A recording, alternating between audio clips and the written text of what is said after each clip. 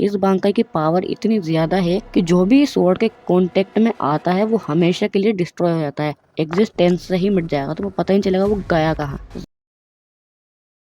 तो hello hello anime fans, मैं आ चुका हूँ एक और वीडियो के साथ। और आज मैं ब्लीच के एनिमे के ऊपर वीडियो लाया हूँ, यानी कि ब्लीच में से आज की वीडियो में मैं यामामोतो, जो कि ब्लीच का one of the most strongest captain है, उसके बारे में बात करेंगे। पूरे उसके एनालिसिस के बारे में कि उसकी एबिलिटीज क्या है, उसका पास्ट में क्या हुआ था। और मैं वीडियो में कोशिश करूंगा कि वीडियो ज्यादा लंबी ना खींचे, जिससे तुम्हारा टाइम भी बच जाए और मेरा भी काम हो जाए। तो चलो वीडियो को शुरू करते हैं। तो यामामोतो गेनरyu साइगोटे 13 के, और इस ऑर्गेनाइजेशन को उसने उनोहाना के साथ मिलकर बनाया था। अब जिनको नहीं पता कि उनोहाना कौन है, तो उनोहाना गोटेन 13 के सबसे पुराने और एक्सपीरियंस कैप्टन में से एक है। कैप्टन यामामोतो को सोल सोसाइटी में बहुत रिस्पेक्ट मिलती है और लोग उसे एडमायर करते हैं, स्पेशली साजिन कोमामुरा, जो उसे अपना लाइफ सेवर मानता है। वो दिखने में एक फ्रेल और वीक ओल्ड मैन लगता है, लेकिन उसकी स्ट्रेंथ और पावर काफी ज्यादा है। लेकिन उनके कपड़ों के नीचे एक स्ट्रॉन्ग और मस्कुलर बॉडी है जो उसकी बैटल और स्किल्स का प्रूफ देती है। और अब बात करते हैं भाई साहब उसकी पास्ट लाइफ के बारे में।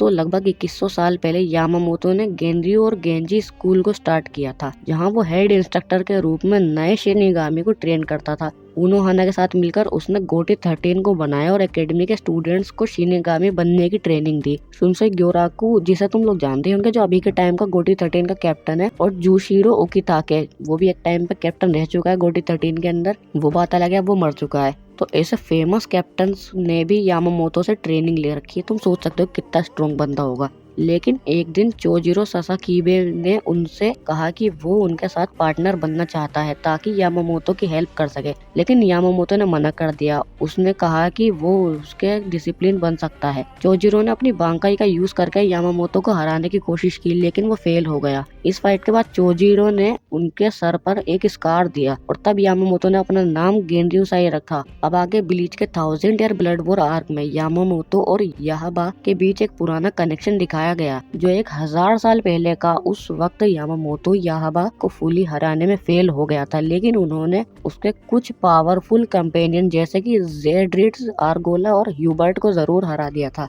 लेकिन याहबा वापस इस आर्क में आता है और तब यामामोतो को अपनी फुल पावर दिखानी पड़ती है। और अब बात करते हैं यामामोतो की पावर और एबिलिटीज की। तो एबिलिटीज में सबसे पहले आती है पावर, या फिर एबिलिटीज में कहूँ तो शिकाई। यामामोतो का जानपाक, तो जिसको हम कटाना कह सकते हैं, ryujin जक्का ब्लीच का सबसे पावरफुल वेपन्स में से एक है। ये एक फायर बेस्ड स्वॉर्ड है जो बड़ी डिस्ट्रक्शन क्रिएट कर सकता है। जब ये सील होता है तो एक नॉर्मल वॉकिंग स्टिक लगता है, लेकिन जब एक्टिवेट होता है तो एक पावरफुल स्वॉर्ड बन जाता है। शिकाई एक्टिवेट करने के लिए यामामोतो कहते हैं बांसो इसाई केजिन तो नासे, जिसका मतलब है सब कुछ एशिस में बदल दो। इस शिकाई की पावर इतनी ज्यादा है कि ये ब्लीच के बहुत सारे बांकाई से भी स्ट्रॉन्ग है। सिर्फ शिकाई ही इतनी स्ट्रॉन्ग है, बांकाई तो तुम सोचो ही मत कि कितनी स्ट्रॉन्ग होगी। जब ये एक्टिवेट होता है तो फायर यामामोतो के आसपास घूमती है और जो भी उस फायर को टच करता है वो भाई तुरंत भस्म हो जाएगा, भस्म एकदम गायब, एग्जिस्टेंस से ही मिट जाएगा। इसका हीट इतना ज्यादा होता है कि दूर तक के लोग उसका इफेक्ट फील करते हैं। यामामोतो अपने शिकाई के थ्रू अलग अलग टेक्निक यूज करता है, जैसे कि जोकाकू एंजो। इस एबिलिटी में वो अपने एनिमी को फायर बॉल के अंदर ट्रैप करता है।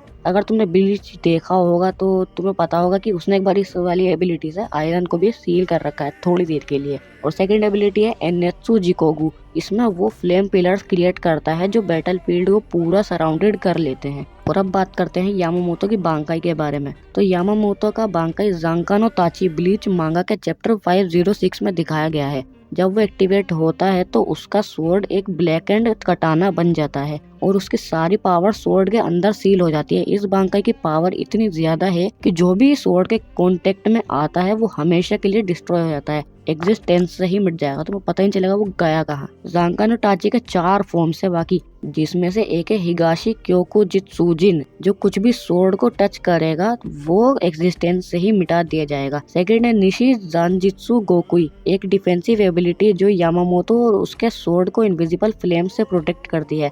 इसका टेम्परेचर 15 मिलियन डिग्री तक होता है। और तीसरी है मिनामी काका जुमानो खुशी डाइसोजिन। इस स्वॉर्ड टेक्निक में यामामोतो जमीन में स्वॉर्ड घुसा के उन लोगों को रिजेक्ट करता है, या कहूँ दोबारा से जिंदा करता है जिसे वो ऑलरेडी मार चुका है। और चौथी है कीटा तेंची काइजिन। इसमें यामामोतो अपने फ्लेम्स को अपने एनिमीज के आसपास फैलाता है और जो भी उसे टच करेगा वो तुरंत गायब हो जाएगा, भस्म हो जाएगा भाई। और ये सब एबिलिटीज यामामोतो की दिखाती है कि कैसे उसने भाई साहब अपनी एज और फ्रेल अपीयरेंस के बावजूद हजारों साल तक अपनी पोजीशन मेंटेन की। चाहे उसकी डेथ बहुत ज्यादा अजीब थी, मतलब गोजो बना दिया उसका भी, लेकिन यामामोतो गेनरyu साई ब्लीच के स्ट्रॉन्गेस्ट कैरेक्टर्स में से हमेशा एक रहेगा ही रहेगा। तो बस आज की वीडियो को यहीं खत्म करते हैं। उम्मीद करूंगा तुम लोगों को वीडियो अच्छी लगी होगी। तो अगर वीडियो अच्छी लगी हो तो वीडियो को लाइक कर देना, चैनल को सब्सक्राइब कर देना और अपनी टिप्पणी जरूर से कमेंट सेक्शन में जरूर देके जाना। तो बस आज की वीडियो खत्म। Take care, tata, bye bye.